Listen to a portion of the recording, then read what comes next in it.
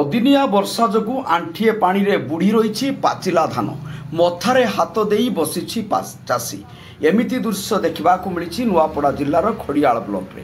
ଏହି ବ୍ଲକର ଖୁଦପେଜ ଗ୍ରାମ ପଞ୍ଚାୟତର ଚଲଣାପଡ଼ା, ଖୁଦପେଜ, ଗୋଇମୁଣ୍ଡି, ଠକପାଲି, କିକିରିବେଡ଼ା, ଦର୍ଲିପଡ଼ା, ସାନ ମହେଶ୍ୱର ଗ୍ରାମର ସାନ ମହେଶ୍ୱର, ବଡ଼ ମହେଶ୍ୱର, କୁଳିଗାଁ, ରାଜାମୁଣ୍ଡା, ଚିନ୍ଦାଗୁଡ଼ା ଗ୍ରାମ ପଞ୍ଚାୟତ, ବାଦି ଗ୍ରାମ ପଞ୍ଚାୟତ, ବରଗାଁ ଗ୍ରାମ ପଞ୍ଚାୟତ, ମୁଣ୍ଡସିଲ ଗ୍ରାମ ପଞ୍ଚାୟତ ଆଦି ଗ୍ରାମରେ ବିଭିନ୍ନ ଗ୍ରାମରେ ସହସ୍ରାଧିକ ଜମିର ରବି ଧାନ ହୋଇଯାଇଛି ନଷ୍ଟ।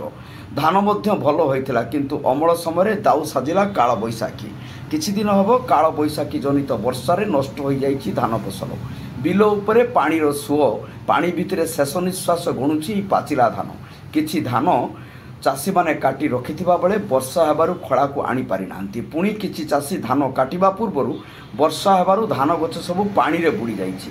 ବାଧ୍ୟ ହୋଇ କିଛି ଚାଷୀ ପାଣି ଭିତରୁ ଧାନକୁ କାଟି ହୁଡ଼ ଉପରେ ସାଇତି ରଖୁଛନ୍ତି।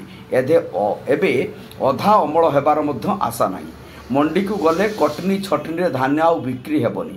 ବ୍ୟାଙ୍କ ଋଣ, ସାହୁକାରଠାରୁ ଆଣିଥିବା ଧାର କରଜ ଟଙ୍କା କେମିତି ସୁଝିବ ସେ ନେଇ ଚିନ୍ତା ଚାଷୀ।